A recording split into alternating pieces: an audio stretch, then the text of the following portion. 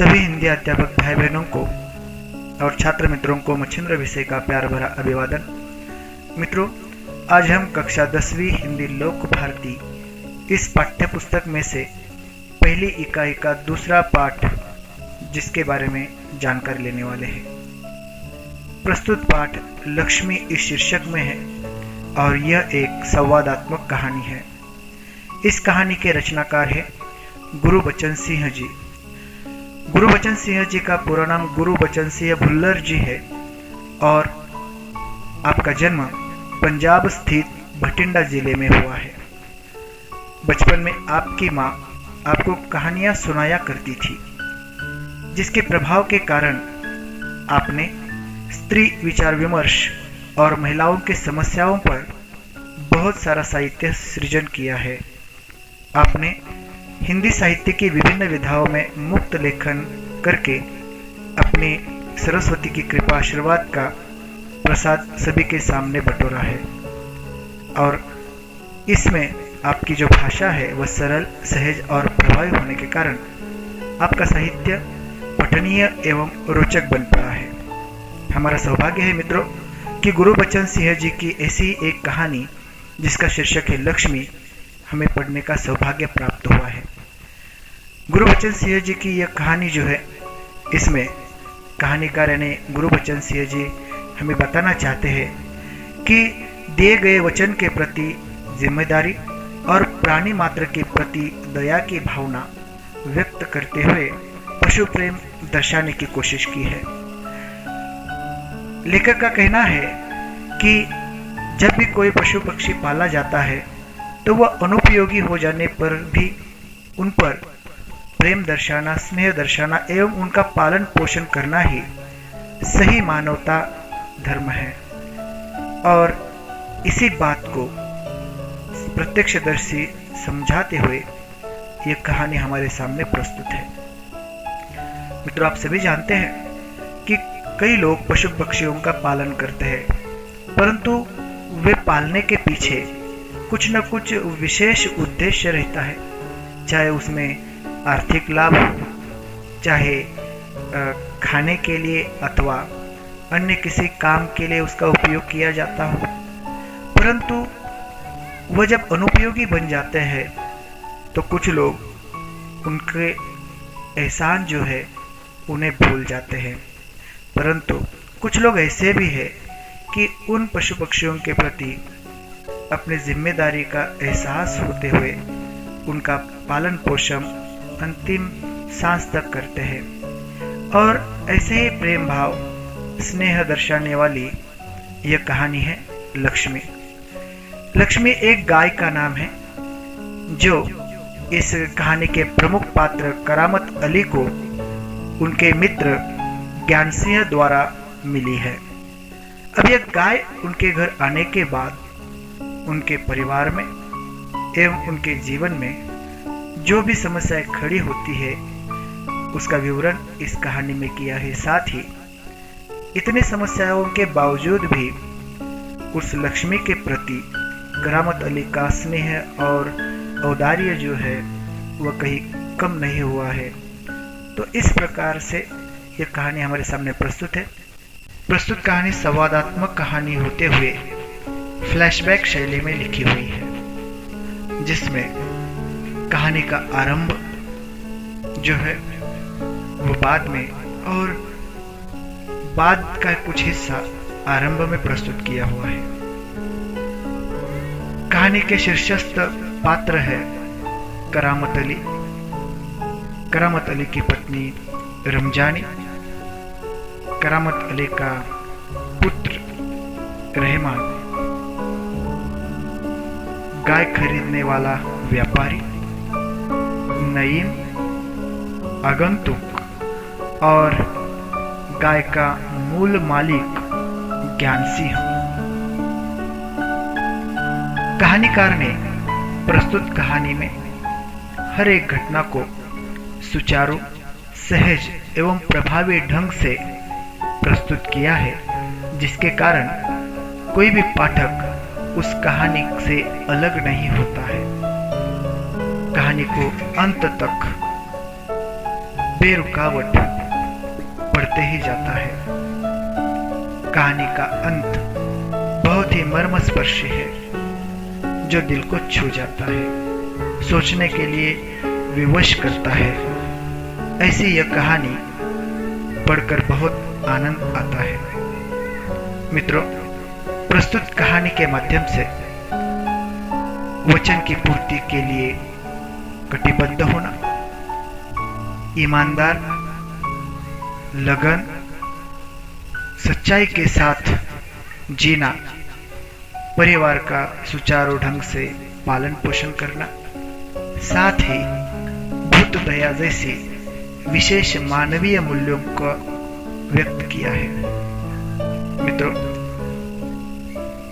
पशु पक्षियों को पालना ये सिर्फ मात्र शौक नहीं है, तो उनके जीवन के साथ रूबरू होना है और उनके साथ यदि अपने जीवन का मेल किया जाए तो निश्चित ये हम अनुभव करेंगे कि कोई भी पशु अनुपयोगी होने के बाद पराया नहीं होता। करामत अली के माध्यम से कहानीकार यही हमें बताना चाहते हैं कि हमें पशुओं के साथ वैसा उचित व्यवहार करना चाहिए जैसा जब वे हमारे लिए उपयुक्त होते हैं, अनुपयोगी हो जाने के बाद भी उनके साथ सही ढंग से पेश आए। चलिए मित्रों, इस कहानी का आस्वाद लेते हैं और लेखक तथा इस कहानी से रूबरू हो जाते हैं। कहानी का शीर्षक है लक्ष्मी और जिसके कहानीकार है गुरुबचन सिंह जी। उस दिन लड़के ने तैश में आकर लक्ष्मी की पीठ पर 4 डंडे बरसा दिए थे। वह बड़ी भयभीत और घबराई थी। जो भी उसके पास जाता सिर हिला उसे मारने की कोशिश करती या फिर उछलती कूदती गले की रस्सी तोड़कर खूंटे से आजाद होने का प्रयास करती। करामत अली इधर 2-4 दिनों से अस्वस्थ था, लेकिन जब उसने यह सुना कि रहमान ने गाय की पीठ पर डंडे बरसाए हैं तो उससे रहा नहीं गया। वह किसी प्रकार चारपाई से उठकर धीरे धीरे चलकर बथान में आया। आगे बढ़कर उसके माथे पर हाथ फेरा, पुचकारा और होले से उसकी पीठ पर हाथ फेरा। लक्ष्मी के शरीर में एक सिहरन दौड़ सी गई। ओह, कमबख्त ने कितनी बेदर्दी से पीटा है। उसकी बीबी रमजानी बोली, लो चोट की जगह यह रोगन लगा दो, बेचारी को आराम मिलेगा। करामत अली गुस्से में बोला, क्या अच्छा हो अगर इसी लाठी से तुम्हारे रहमान के दोनों हाथ तोड़ दिए जाएं? कहीं इस तरह पीटा जाता है? रमजानी बोली, लक्ष्मी ने आज भी दूध नहीं दिया तो उसकी सजा इसे लाठियों से दी गई। रहमान से गलती हो गई, इसे वह भी कबूलता है। रमजानी कुछ क्षण खड़ी रही, फिर वहां से हटती हुई बोली, देखो अपना ख्याल रखो, पैर इधर उधर गया तो कमर सिंकवाते रहोगे। करामत अली ने फिर प्यार से लक्ष्मी की पीठ सहलाई। मुंह ही मुंह में बड़बड़ाया, माफ कर लक्ष्मी, रहमान बड़ा मूर्ख है, उम्र के साथ तू भी बूढ़ा गई है। डेयरी फार्म के डॉक्टर ने तो पिछली बार ही कह दिया था यह तेरा आखिरी बरस है। लक्ष्मी शांत खड़े अपने जख्मों पर तेल लगवाती रही। वह करामत अली के मित्र ज्ञान सिंह की निशानी थी। ज्ञान सिंह और करामत अली एक दूसरे के पड़ोसी तो थे ही, वे कारखाने में भी एक ही विभाग में काम करते थे। प्रायः एक साथ ड्यूटी पर जाते और एक साथ ही घर लौटते। ज्ञान सिंह को मवेशी पालने का बहुत शौक था। प्रायः उसके घर के दरवाजे पर भैंस या गाय बंधी रहती। 3 बरस पहले उसने एक जर्सी गाय खरीदी थी।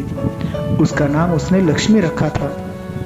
अधेड़ उम्र की लक्ष्मी इतना दूध दे देती थी कि उसे घर की जरूरत पूरी हो जाने के बाद बाकी दूध गली के कुछ घरों में चला जाता।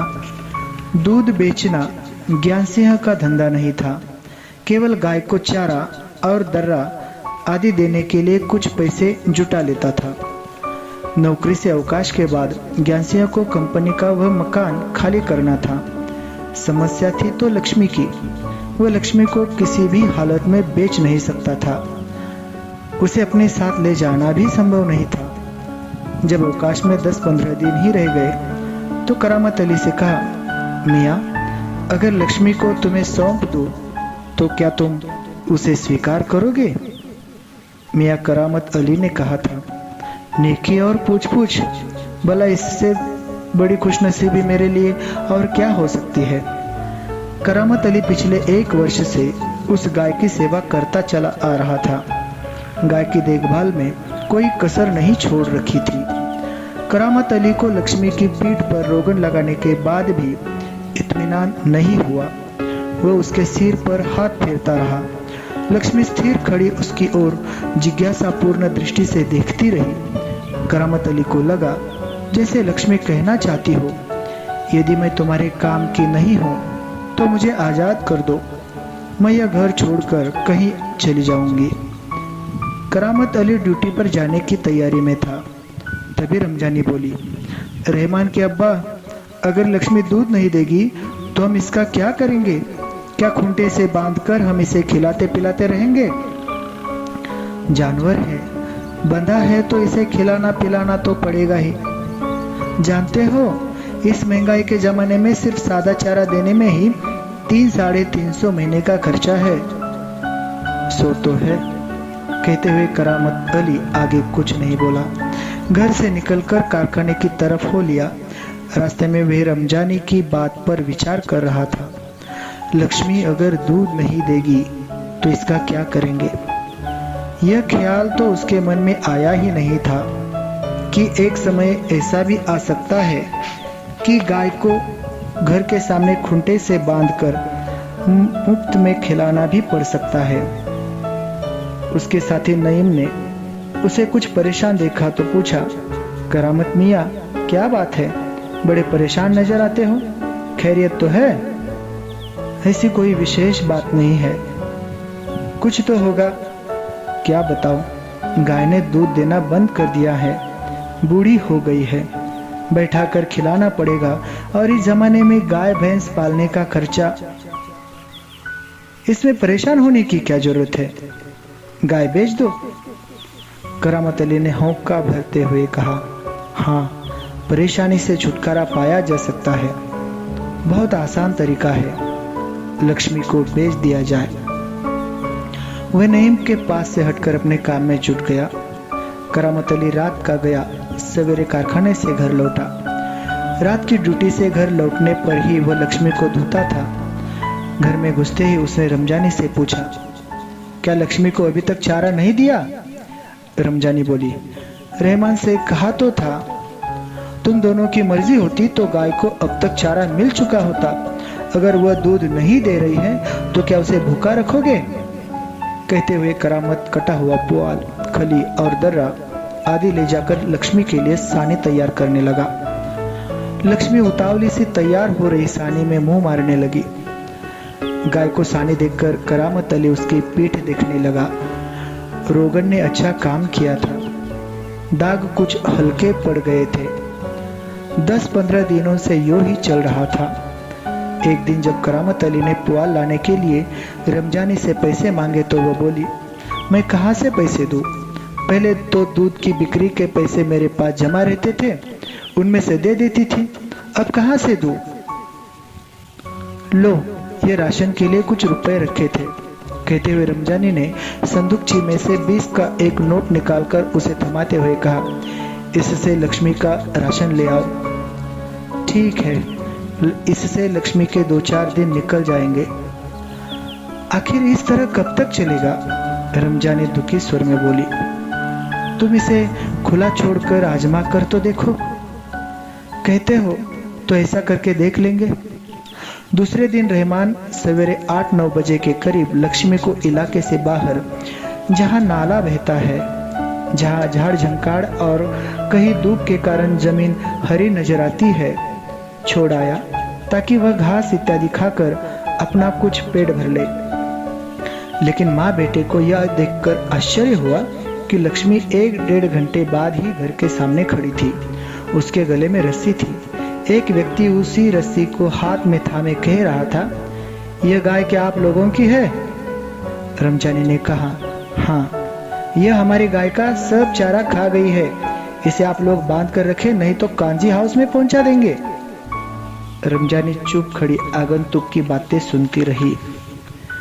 दोपहर बाद जब करामत अली ड्यूटी से लौटा और नहा धोकर कुछ नाश्ते के लिए बैठा तो रमजानी उससे बोली, मेरी मानो तो इसे बेच दो। फिर बेचने की बात करती हो? कौन खरीदेगा इस बुढ़िया को? रहमान कुछ कह तो रहा था, उसे कुछ लोग खरीद लेंगे। उसने किसी से कहा भी है, शाम को वह तुमसे मिलने भी आएगा। करामत अली सुनकर खामोश रह गया। उसे लग रहा था सब कुछ उसकी इच्छा के विरुद्ध जा रहा है, शायद जिस पर उसका कोई वश नहीं था। करामत अली यह अनुभव करते हुए कि लक्ष्मी की चिंता अब किसी को नहीं है, खामोश रहा, उठा और घर में जो सूखा चारा पड़ा था उसके सामने डाल दिया। लक्ष्मी ने चारे को सूंघा और फिर उसकी तरफ निराशापूर्ण आंखों से देखने लगी, जैसे कहना चाहती हो, मालिक यह क्या, आज क्या मेरे फांकने को यह सूखा चारा ही है, दर्रा खली कुछ नहीं। करामत अली उसके पास से उठकर मुंह हाथ धोने के लिए गली के नुक्कड़ पर नल की ओर चला गया। 7-8 बजे के करीब रहमान एक व्यक्ति को अपने साथ लाया। करामत अली उसे पहचानता था। इसके पहले कि उससे कुछ औपचारिक बातें हो, करामत अली ने पूछा, क्या तुम गाय खरीदने आए हो? उसने जवाब में कहा, हाँ, बूढ़ी है, दूध वूध नहीं देती। तो क्या हुआ, तुम इसे लेकर क्या करोगे? मैं कहीं और बेच दूंगा। यह तुम्हारा पुराना धंधा है, मैं जानता हूं, मुझे तुम्हें गाय नहीं बेचनी। करामत मियां ने उसे कोरा जवाब दे दिया। रमजानी करामत के चेहरे के भाव भांपती हुई बोली, क्या यह भी कोई तरीका है, आने वाले को खड़े खड़े दुत्कार कर भगा दो? तुम जानती हो वह कौन है? करामत अली ने कटु स्वर में कहा, वह लक्ष्मी को ले जाकर वहां बेच आएगा जहां ये टुकड़े टुकड़े होकर बिक जाएगी। मेरे दोस्त ज्ञान सिंह को इसका पता चल गया तो वह मेरे बारे में क्या सोचेगा? उस दिन करामत अली बिना कुछ खाए पिए रात को बिना बिस्तर की चारपाई पर पड़ा रहा। नींद उसकी आंखों से कोसों दूर थी। रात काफी निकल चुकी थी। सवेरे देर तक वह लेटा ही रह गया। कुछ देर बाद करामत अली ने चारपाई छोड़ी, मुंह हाथ धो घर से बाहर निकल पड़ा। लक्ष्मी के गले से बंधी हुई रस्सी खूंटे से खोली और उसे गली से बाहर ले जाने लगा। रमजानी जो दरवाजे पर खड़ी यह सब देख रही थी बोली, इसे कहाँ ले चले? करामत अली ने कहा, जहां इसकी किस्मत में लिखा है। वह लक्ष्मी को सड़क पर ले आया। लक्ष्मी बिना किसी रुकावट या हुज्जत के उसके पीछे पीछे चली जा रही थी। वह उसकी रस्सी पकड़े सड़क पर आगे की ओर चलता चला गया। चलते चलते कुछ क्षण रुककर वह बोला, लक्ष्मी चल, अरे गौशाला यहाँ से 2 किलोमीटर दूर है, तुझे गौशाला में भर्ती करा दूंगा। वहाँ इत्मीनान से रहना, वहाँ तू हमारे घर की तुलना में मजे से रहेगी। भले ही मैं वहाँ न रहूं, पर जो लोग भी होंगे मेरे ख्याल में तुम्हारे लिए अच्छे ही होंगे। मैं कभी कभी तुम्हें देख आया करूंगा, तब तू मुझे पहचानेगी भी या नहीं, खुदा जाने। कहते हुए करामत अली का गला भराया। उसकी आंखों में आंसू उतर आए। चल लक्ष्मी चल, जल्दी जल्दी पैर बढ़ा। और वह खुद किसी थके मांदे बूढ़े बैल की तरह भारी कदमों से आगे बढ़ने लगा। धन्यवाद।